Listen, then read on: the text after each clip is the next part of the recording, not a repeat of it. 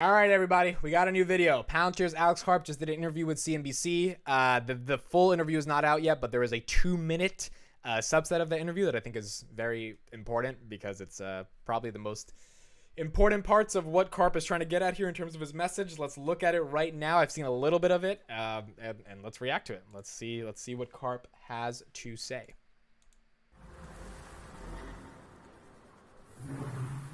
Welcome back to Squawk Box Live here in Davos, Switzerland. Earlier this morning, I spoke with Palantir CEO Alex Karp in an exclusive interview.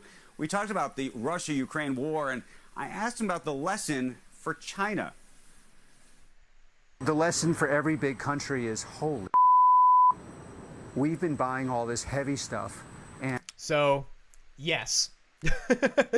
Obviously this was pre-recorded, so they were able to bleep it out. If it was live and he said that and they weren't able to bleep it out, the FCC would have fined Karp and CNBC a lot of money because you can't say that stuff on television. But that gets you a reason for why YouTube gets mad when you say it, because you're like not supposed to say those curse words. But that's a pretty big deal. I mean, he says, what's the message for China given what's going on with Russia and Ukraine, or what's the message for all these companies? And his message is, holy, you know what? Like, this is actually a big deal. And if people are willing to fight as heroes, fight to the last person, which it takes resolve and heroism, and they actually know how to operate because they have access to software and can use the data, they might actually be able to beat us. Guys, he was bleeped out because, yes, that was the word he used. Yesterday, President Biden said the U.S. would respond militarily if China attacked Taiwan. The administration later tried to walk back that comment, saying it didn't reflect a change in U.S. policy. I asked Palantir CEO Alex Karp about what he thinks is really happening here. The zeitgeist right now is this is a different moment. And small countries, a country like Taiwan, other countries that really want to, act in their own interests, are just in a very different state. And I think that seeps into the zeitgeist, which seeps into what Biden says and seeps into the reaction. But, I'm not a reader of politicians, obviously. What do you think the risk is that there is an intervention or that China... Well, let me frame it this way. I believe had Russia known that the combination of kinetic, hero, and operational use of data from edge, from wherever, things that we've been looking at for the last 15 years, had they understood that the impact of that is much greater. The same way old institutions that are being eaten up by tech, understood that 5 nerds in the basement can actually eat up your whole business, you would had a very different situation. So real quick, just to analyze that, and then we'll finish off the last 18 seconds of this. Karp is, his argument here is like, I've been trying to get people to recognize that the world is not the same as it used to be, that there's a lot more chaos. Now, one could argue that's fear-mongering, and one could then argue it's not fear-mongering for business because war is good business for Palantir, which it probably is, by the way, because their software will be used and it will be mission-critical. It's a question of, is this war inevitable, or are these problems inevitable? And if they're inevitable, or like a version of them are inevitable, not a full war, but like some version of them are going to be pretty bad, then what can be used to mitigate or stop it from getting to a really, really bad point? Now, nothing was able to stop Russia and Ukraine. That happened, and now Palantir is in there, and their software is being used. We don't know to what full extent, but we know that it's being used to hopefully mitigate some of the problems, or at least help the Ukrainian government. But if something were to happen with China, which Biden, the administration came out yesterday, and they were like, hey, we saw what happened with Russia and Ukraine. China, you better not do that. You better not do anything to Taiwan because we're going to respond militarily. Now, that has always been the policy, but the fact that they were more vocal about it is what got, people's attention. Like, what are you implying here? And that's when they tried to walk it back, saying, look, we're not declaring war or anything. We're just like, please, don't do this because we're going to have to take action if you do this. Well, a company like Palantir has to be very aware of things like this that happen. Most of our supply chains and logistics operate in China. Germany's another big one, but China is where it happens. This bell that I got from Amazon that I do my market opens with, 9:20 a.m. That by the way, it's what time is it right now? It's 9:03, so we're about to do it in 17 minutes.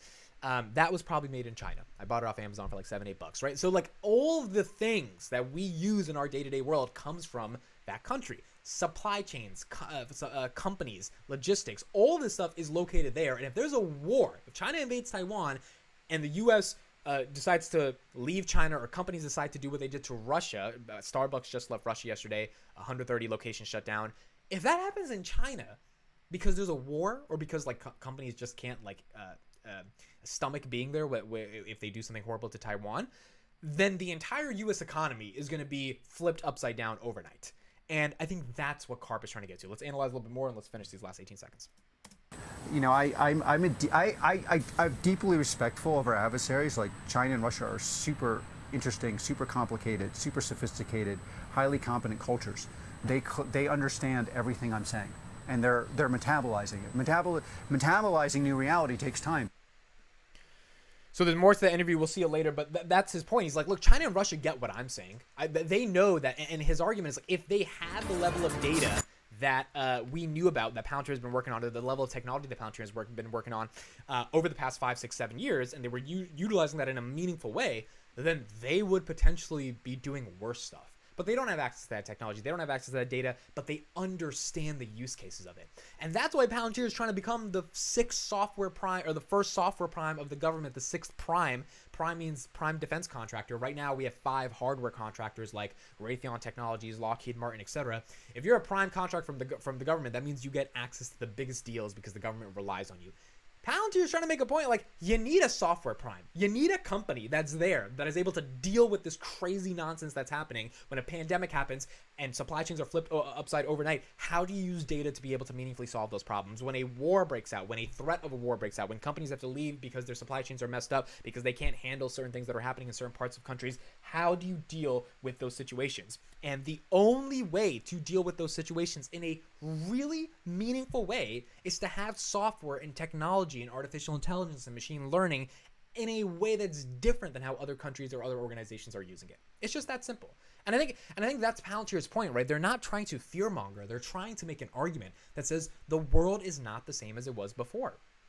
When a global pandemic happens and countries realize they have more leverage, but when a new political administration enters office and countries don't care anymore, things are, the idea that the world is peaceful is just not the same. And again, you could call it fear-mongering, or you could call it looking at reality.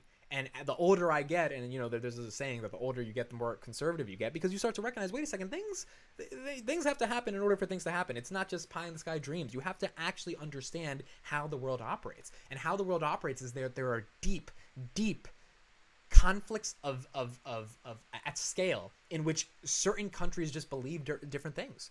China and Russia do not believe in individualism and individual rights. This is why they don't have the best free speech laws. This is why they have dictatorships. And when you don't believe in those fundamental Western values that have seemed to define the essence of probably the happiest forms of human existence, or the most freest forms of human existence, that philosophical belief that governs the entirety of your country, hundreds of millions of people, and potentially billions of people in China, then those values will come down in the way the country operates from an economical perspective, from a geopolitical perspective, and from an authoritarian perspective at some level.